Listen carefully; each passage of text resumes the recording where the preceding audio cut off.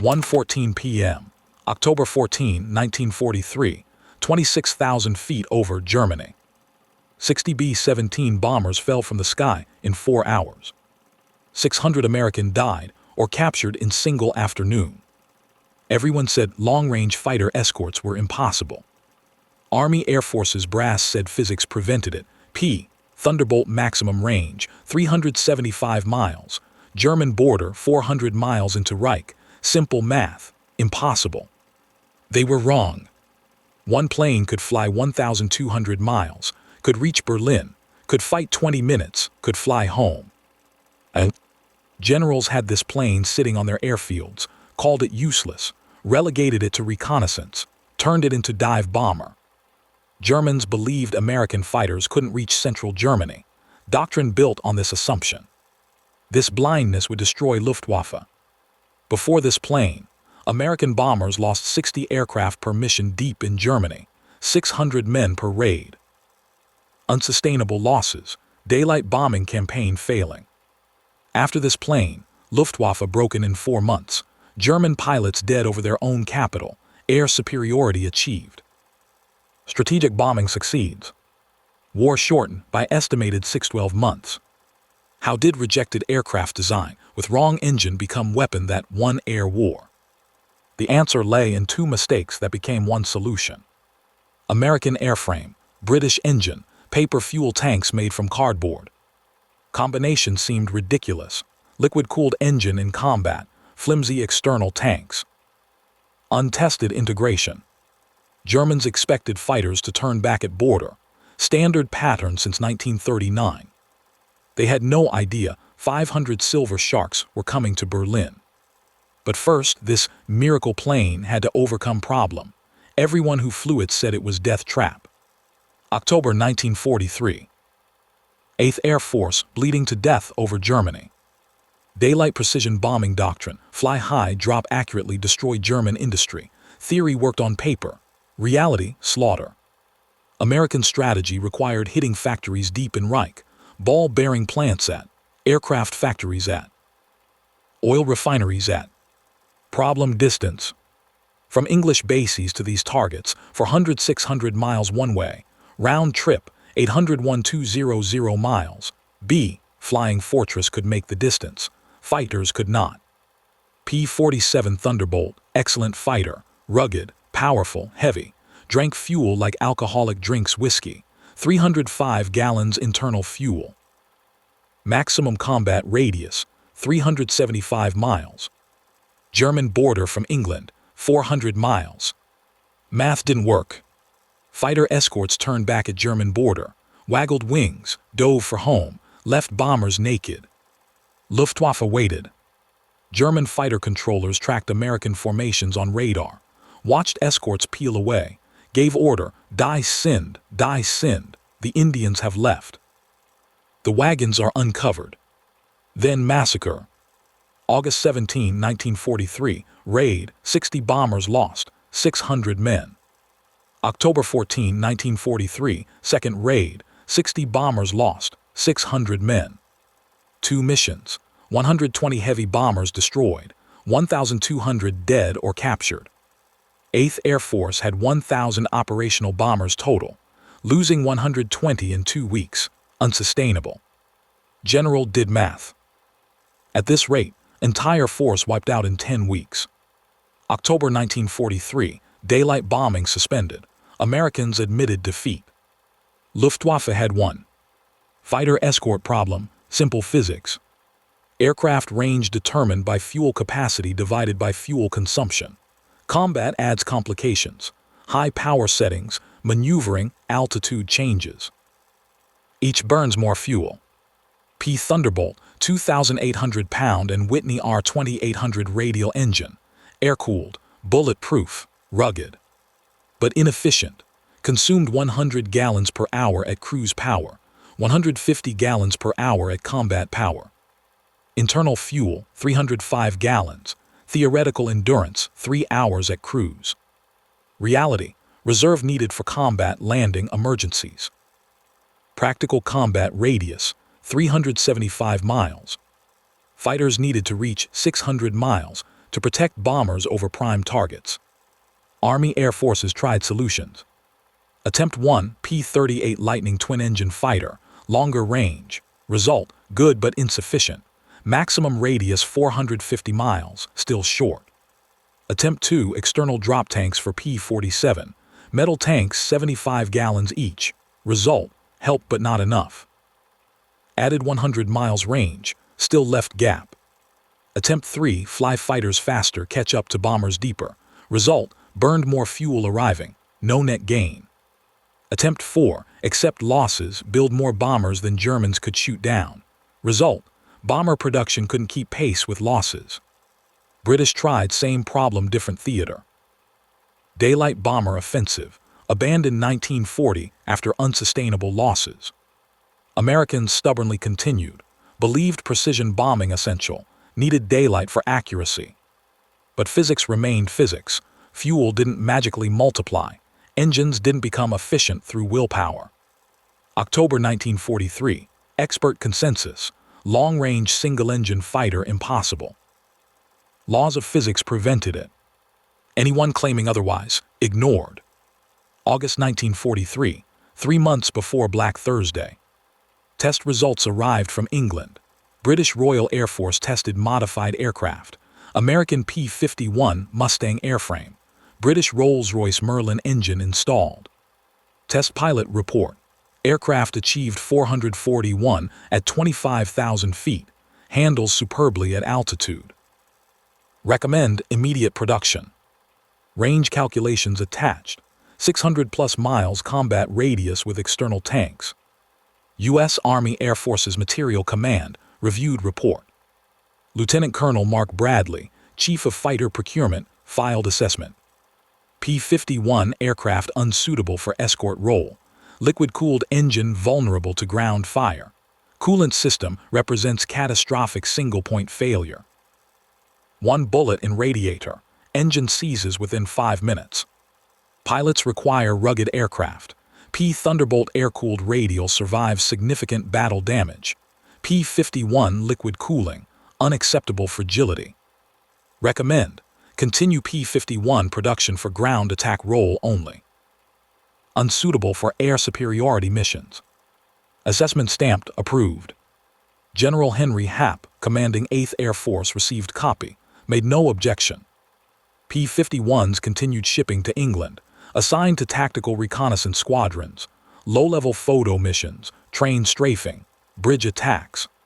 Most dangerous missions, highest casualties.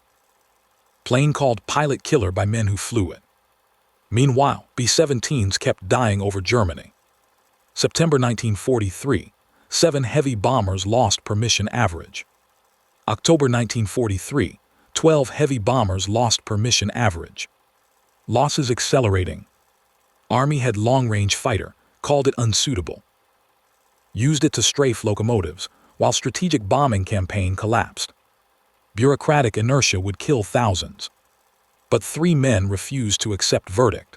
Test pilot who felt the balance, engineer who ran the numbers, commander who ignored regulations.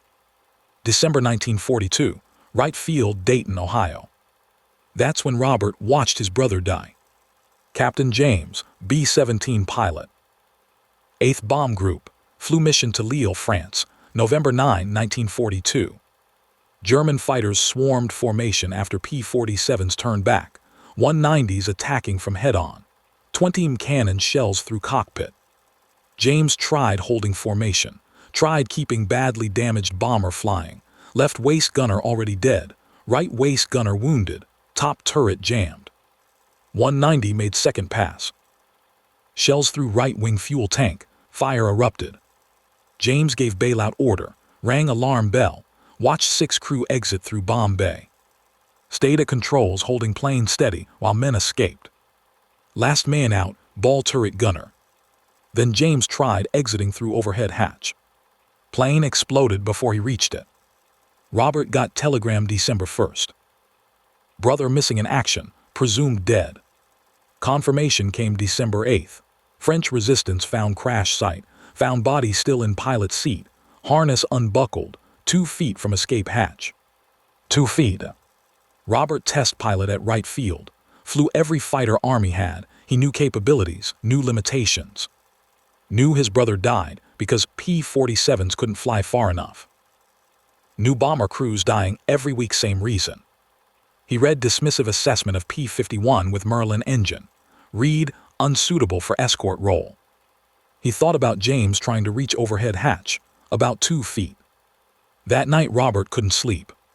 Kept seeing cockpit fire, kept hearing alarm bell. Kept thinking about crews dying over Germany, while perfect escort fighter sat on ground doing reconnaissance. December 3, 1942, walked into commander's office. Said 7 words that would change war. Sir, I request permission to prove them wrong. December 1942. Robert studied P-51 Mustang performance data. Original design, North American Aviation, 1940. Built for British Purchasing Commission, sleek airframe, laminar flow wing, aerodynamically perfect. Problem: engine. V-1710, good at low altitude, suffocated above 15,000 feet, lacked 2-stage supercharger. British rejected it for fighter role. Americans used it for ground attack. Everyone agreed. Beautiful airframe, wrong engine, useless for high-altitude combat. October 1942. British engineers at Rolls-Royce had different idea. They pulled P-51 into hangar at, removed engine, installed Rolls-Royce Merlin 61, 2-stage supercharger, designed for altitude. Test flight, November 1942. Pilot climbed to 30,000 feet. Engine didn't choke. Roared. Speed at 25,000 feet, 441. Faster than Spitfire, faster than 190, faster than anything flying. Data sent to Wright Field, buried in bureaucracy. Found it, ran calculations. Merlin engine, 30% more efficient than at altitude. Specific fuel consumption, 0.48 pounds per horsepower-hour versus 0.624. P-51 airframe, 30% less drag than P-47. Laminar flow wing, reduced parasitic drag significantly. Math was simple. PB with Merlin, 180 gallons internal fuel. Add 2 108-gallon drop tanks, 396 gallons total. Fuel consumption at cruise power, 60 gallons per hour. Endurance, 6.6 hours. At 300 cruise speed, 1,980 miles total range. Reserve 30% for combat, landing, errors, 1,386 miles practical range. Combat radius, 693 miles. London to Berlin, 600 miles. Math worked. Stared at numbers. Ran calculations again, same result. He thought about material command assessment, unsuitable for escort role. He thought about liquid-cooled engine vulnerability argument. Then he remembered Spitfire used liquid-cooled Merlin. British had no concerns, 4 years combat, proven reliability. Vulnerability argument, myth. Propaganda by P-47 pilots who loved their rugged radials. Had data, had proof, had solution to problem killing bomber crews weekly. He needed demonstration. Needed someone to see P-51 with Merlin in action. Needed believer, not bureaucrat. He found one, Major Thomas Hitchcock, former fighter pilot, currently air in London. Passionate advocate for bomber crews. Wrote report, sent it to London, included all calculations, included British test data, included one sentence: "This plane can save lives we're losing every week." January 1943. Hitchcock flew modified P-51B at. Climbed to 30,000 feet, pushed throttle, felt acceleration. Landed. Made phone call to General Carl, 8th Air Force commander.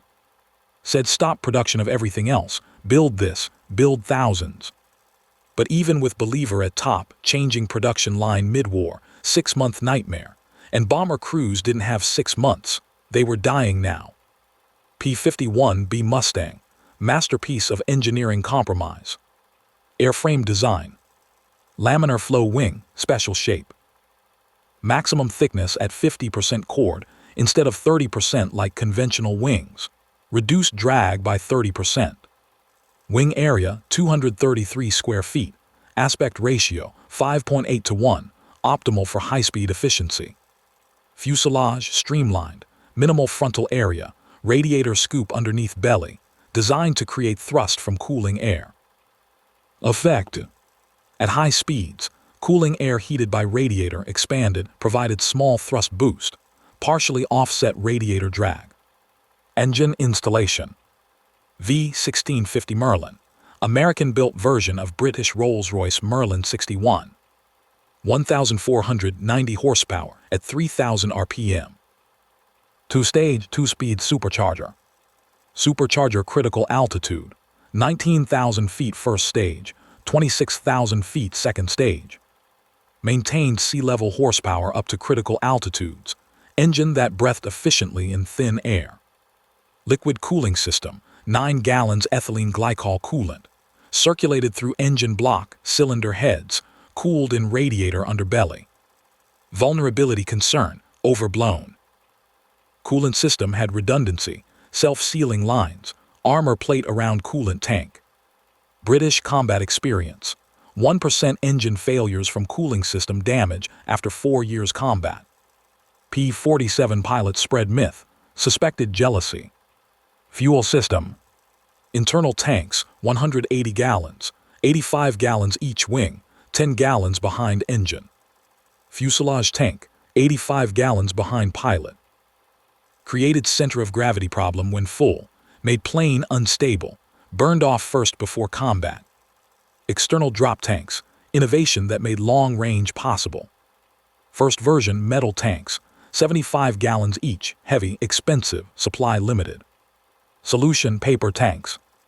British invention, layers of craft paper pressed together with animal glue. Coated with rubber compound for fuel resistance. Weight 20 pounds empty versus 80 pounds for metal tank, same 108-gallon capacity. Cost $2 each versus $90 for metal tank. Structural integrity sufficient for single mission, designed to be disposable. American pilots called them suicide bags. Ground crews called them brilliant. Armament: 6.50 caliber Browning M2 machine guns. 3 per wing, 400 rounds per gun, 2,400 rounds total. Rate of fire: 800 rounds per minute per gun, 80 rounds per second combined. Muzzle velocity: 2,900 feet per second. K-14 gyroscopic gun sight, revolutionary, computed lead angle automatically. Pilot dialed in target wingspan, gyroscopes calculated deflection. Floating reticle showed aim point. Turned average pilot into ace. Performance numbers told story. Maximum speed: 441 at 25,000 feet. Climb rate: 3,200 feet per minute. Service ceiling: 41,900 feet. Range with external tanks: 1,300 plus miles. Combat radius: 657.50 miles depending on mission profile. For comparison, P-47D: 433, 2,800 feet per minute climb, 42,000 feet ceiling, 475 miles combat radius. P-51B matched or exceeded P-47 in everything except one characteristic: ruggedness. P-47 could absorb tremendous damage. Air-cooled radial engine kept running with cylinders shot away. P-51 couldn't. Liquid cooling: if radiator punctured, engine failed within minutes. Trade-off: ruggedness for range. Bomber crews needed range more than ruggedness. Dead pilots in indestructible fighters didn't help bombers over Berlin. Live pilots in fragile fighters escorting all the way saved lives. March 1944. 8th Air Force had 200 P-51B Mustangs. Pilots hated them. Fighter groups equipped with P-47 Thunderbolts since 1942. Pilots loved Jug, trusted it, knew it came home with holes in fuselage, oil streaming, chunks missing. Pilots walked away. Now headquarters ordering switched to unfamiliar aircraft. Pilots revolted. 56th Fighter Group, England, Thunderbolt outfit, legendary. Hub commanding. Orders came down. transitioned to P-51B. Pilots threatened mutiny. They walked around new Mustangs kicking radiator scoops, pointed at liquid cooling lines, said, "1 bullet, 5 minutes, dead." They didn't want sports car, they wanted tank. March 3, 1944, first conversion training flight. Captain Don Gentile, 4th Fighter Group. 58 days earlier flew Spitfire, now climbing into P-51B cockpit. Gentile experienced pilot, 7 kills, new fighters. Sat in cockpit, felt cramped, canopy narrower than Thunderbolt, visibility worse than Spitfire. Strapped in, oxygen mask, radio check. Ground crew walked around doing pre-flight, checked control surfaces, checked gear.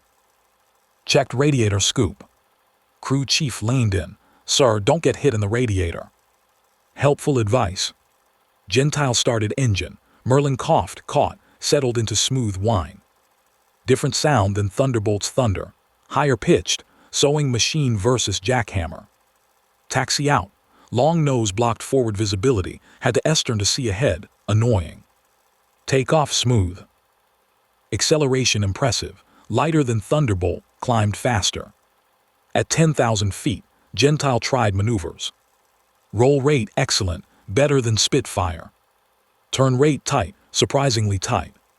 Climb phenomenal, 3,200 feet per minute, like elevator. At 25,000 feet, Merlin still pulling strong. No wheezing, no struggling, just power. Gentile pushed throttle forward. Acceleration continued. Airspeed indicator wound up. 380, 400, 420. Faster than he'd ever flown in combat. He tried dive, nosed over. Airspeed built rapidly. 450, 480, 500. No flutter, no vibration, solid. At 500 he pulled up. G-forces crushed him into seat, vision grade. Plane didn't complain, pulled through perfectly. Gentile climbed back to altitude, tried scissors maneuver. Tried barrel roll, tried everything he knew. Plane responded instantly. No lag, no mushiness, just pure connection between thought and action. He understood. This wasn't Thunderbolt, wasn't Spitfire, this was something different. This was Scalpel. Landed, taxied in, shut down. Sat in cockpit 2 minutes before climbing out. Crew chief asked, "Well, sir?" Gentile said, "Get me 500 of these." Next 2 weeks, intensive training. Pilots practiced formation flying, practiced fuel management, practiced drop tank procedures. Critical procedure, drop tanks. Tanks hung under wings on shackles, pilot pulled lever, clamps released. Tanks fell away. Problem: if tanks didn't release cleanly, hung up on wings, created massive drag, made plane. Solution: practice. 50 practice drops per pilot before combat mission. Also, fuel management. 6 hours in cockpit, pilots needed discipline, lean mixture settings, cruise power only, save fuel for combat. Burn external tanks first, switch to internal tanks before combat. Drop empty externals before fighting. Mess up sequence, die over Germany with empty tanks. Also pissing. 6 hours flying, bladder doesn't care about mission importance. Solution: relief tube, rubber hose, funnel, drainage overboard. Dignity 0, practicality essential. March 4, 1944, first operational mission. Target: Berlin. 8th Air Force launching 800 bombers, 500 fighters. Biggest raid yet, deepest penetration. Germans would throw everything at them. P-51 pilots would find out if fragile sports car could survive real combat, or if crew chiefs were right about 1 bullet, 5 minutes, dead. March 4, 1944, 9:30 a.m., Airfield, England. 62 P-51B Mustangs from 4th Fighter Group started engines. Pilots ran through checklist: magnetos, oil pressure, hydraulics. Oxygen radios. Each aircraft carried 2 108-gallon paper drop tanks, hung under wings like gray sausages. Pilots still skeptical. Paper tanks looked ridiculous. Craft paper and glue holding aviation fuel seemed insane. Ground crews assured, they work. 9:47 a.m., lead aircraft rolled. Long line of silver fighters taxied to runway, Merlin engines whistling. Propellers flashing in morning sun. Lead aircraft, Colonel Don commanding 4th Fighter Group. 56 combat missions, 11 kills, hard man, didn't tolerate excuses. His words to pilots before mission: you go to Berlin, you fight, you come home. Anyone lands short of base from fuel mismanagement, court-martial. Clear guidance. 10:02 a.m., 62 Mustangs airborne. Formed up over channel, climbed to 27,000 feet, headed east. 62 fighters carrying 13,392 gallons fuel total in external tanks, plus 11,160 gallons internal, 24,552 gallons total. More fuel than entire squadron carried on any previous mission. Course straight line to Berlin. 600 miles. First hour boring drone of Merlin engines, cold seeping through flight suits despite heating. Temperature outside 50 below zero. Pilots sat, waited, checked fuel gauges, watched needles drop. 11:15 a.m., crossed German border at Bremen. Normally P-47s turn back here, not today. Mustangs continued straight, didn't waver. German radar operators tracked formation, confused. Fighter escorts should turn back. Doctrine stated escorts reached fuel limit at border. Why were escorts still coming? Luftwaffe fighter controllers issued standard orders: wait for escorts to withdraw, then attack bombers. German pilots circled at 30,000 feet above clouds. Waited. 11:45 a.m. American formation 150 miles inside Germany. Escorts should have turned back 100 miles ago. German controllers revised estimate, maybe P-38 Lightnings, twin engine, longer range. Ordered fighters to descend for visual identification. 12:00 p.m., German fighters dropped through clouds. Saw single-engine aircraft, square wing tips, belly scoop, not P-38s. Not P-47s. What were these? 12:03 p.m., ordered drop tanks. 62 pilots pulled levers. 124 paper tanks tumbled away, fluttered down toward German forests. Suddenly, Mustangs jumped, lighter by 1,620 pounds, cleaner aerodynamically, faster. Arm guns check sights. 62 pilots flipped gun switches, charged weapons. Dialed K sights. 12:05 p.m., German fighters attacked. 190s diving from above, standard tactic, high-speed pass, zoom back to altitude. Worked against Thunderbolts. Thunderbolts slower in dive, couldn't follow. Didn't work against Mustangs. Lieutenants saw 190 diving past, rolled inverted, pulled nose down, followed. Airspeed built, 400, 450. 480. 190 pilot expected to leave pursuer behind, looked back, saw Mustang still there, closer. Centered K-14 reticle on 190's wing route. Distance closing, 400 yards, 300 yards, 250 yards.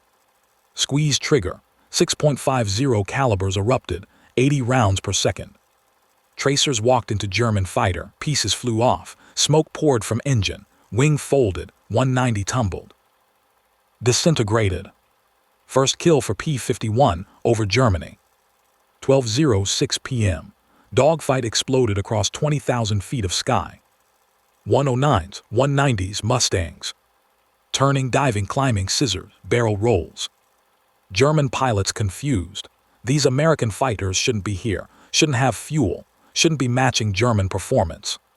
But Mustangs were matching everything. Outturning 190s, outdiving 109s, outclimbing everything. Captain Don Gentile chased 109 down to 10,000 feet. German pilot diving away. Standard escape. Gentile stayed with him, 500 closing distance.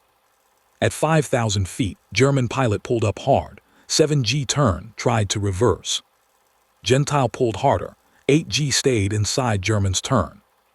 K-14 sight tracked target automatically. Gentile just kept reticle on enemy. Fired 2-second burst, 160 rounds. 109 exploded, fireball, debris tumbling. Second kill. 12:24 p.m. German fighters broke off, scattered, ran for bases. Unbelievable. Luftwaffe retreating over their own capital. Mustangs regrouped, reformed escort formation, accompanied bombers all way to Berlin. 12:31 p.m. Bombers dropped on target, Berlin factories. Direct hits. Flak heavy, black clouds of exploding 88 shells, bombers damaged, some trailing smoke. But no German fighters, Mustangs owned sky. Return flight, long, cold, pilots exhausted. Fuel gauges, low but sufficient, careful management paid off. Crossed English coast 3:45 p.m., 6 hours 15 minutes airborne. Landed 4:10 p.m. Final tally, 5 German fighters confirmed destroyed. 3 probables, 0 P-51s lost. All aircraft returned. Mission success. News spread through 8th Air Force like wildfire. Impossible mission succeeded. Berlin reached. Enemy defeated. But German high command refused to believe reports. Hermann Göring declared American fighters reaching Berlin physically impossible. Ordered pilots stop making false claims. Reality was coming whether he accepted it or not. March 4, 1944, 8th Air Force flew 4 more missions to Berlin.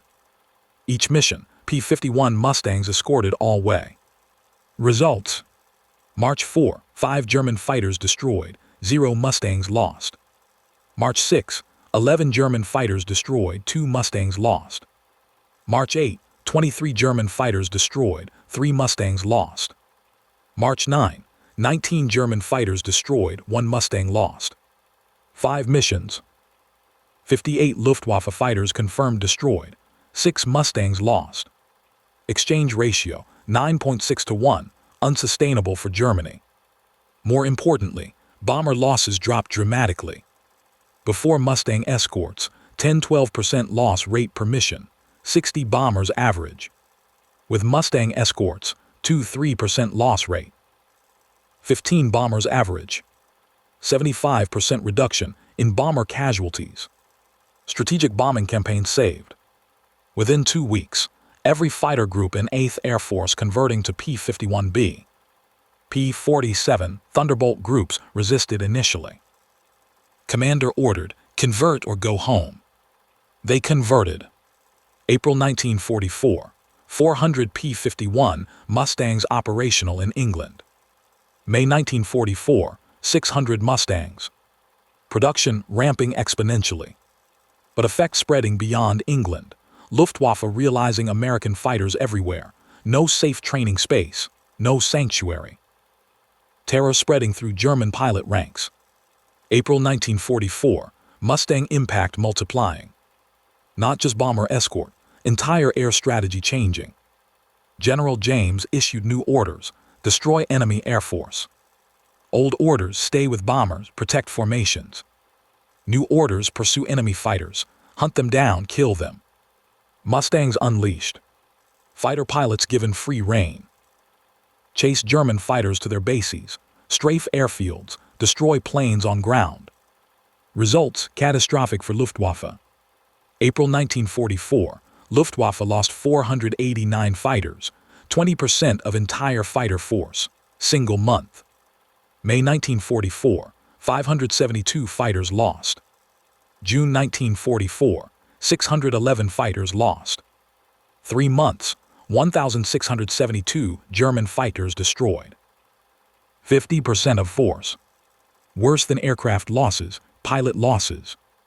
Luftwaffe losing experienced pilots, men with 100+ combat missions, irreplaceable veterans. Replacements, teenagers, 20-30 hours training thrown into combat. Life expectancy, 2 missions average. Training infrastructure collapsing. German flight schools under constant attack. Mustangs strafing training bases. Student pilots killed during practice. Fuel shortages worsening. Synthetic fuel plants bombed repeatedly. German fighters grounded for lack of aviation fuel. Vicious cycle. Fewer pilots, less fuel, more losses, even fewer pilots. By June 1944, Luftwaffe combat ineffective. D-Day landings, June 6, 12,000 Allied aircraft. 319 Luftwaffe aircraft responded. Most fled without engaging. Air superiority, total. Post-war interrogations revealed German perspective. Göring, Luftwaffe commander, refused to believe P-51 reports initially. March 6, 1944, German pilots reported single-engine American fighters over Berlin. Göring's response, impossible, American fighters cannot reach Berlin. You are seeing damaged aircraft gliding from altitude. March 8, more reports, multiple squadrons, P-51s dogfighting over city center. Göring, these reports are defeatist lies. American escort fighters have 400-mile range. Berlin is 600 miles from England. Physics prevents this. Ordered investigation. Intelligence officers collected evidence. Drop tank remnants found in forests. Paper construction. 108-gallon capacity. Analyzed manufacturing. Calculated. 108-gallon external tanks plus internal fuel. Range sufficient for Berlin mission. Report presented to Göring. His reaction, according to witness Albert Speer, threw report across room, shouted that American technology propaganda. Refused to read analysis. Göring's deputy later wrote, "The day I saw Mustangs over Berlin, I knew the war was lost. Not because of the bombers, because the fighters had reached our capital. It meant nowhere in Reich was safe. We had no sanctuary, no place to train, no place to regroup." The wolf was inside the house. German pilots' testimony consistent. P-51 was superior fighter. Faster than 109, more maneuverable than 190, longer range than anything German had. JG-77 commander. "We called it the Indian because it appeared everywhere. You'd be over Munich. Indian appeared over Vienna. Indian over Budapest. Indian. No escape." Post-war analysis. Mustang's arrival shortened war 6-12 months estimated. Prevented development of jet fighters. Prevented deployment of V-weapons in numbers. Saved estimated 500,000 lives. P-51. Mustang redefined air combat doctrine permanently. Before, fighters short-range interceptors, defend territory, react to attacks. After, fighters long-range offensive weapons. Seek enemy, destroy in depth, control airspace. Every Air Force post 1945 adopted Mustang paradigm. Korean War 1950-53, P-51 flew ground attack missions. Proven design still effective 6 years later. Doctrine influence continued longer. F-86 Sabre, direct descendant. Swept wings, jet engine, but same philosophy. Long range, offensive capability. Pursue and destroy. Vietnam era, F-4 Phantom designed as long-range fighter bomber. Mustang's legacy. Modern F-15, F-16, F-22, all emphasize range, speed, offensive capability. All trace lineage to P-51 paradigm shift. Engineering lessons. Aerodynamic efficiency matters. Mustang's laminar flow wing, revolutionary. Influenced all subsequent fighter designs. Engineer frame integration critical. Right combination transforms capability. Wrong combination wastes potential. External fuel tanks, now standard. Every modern fighter carries drop tanks. Concept pioneered by paper tank innovation 1944. Disposable mission equipment accepted.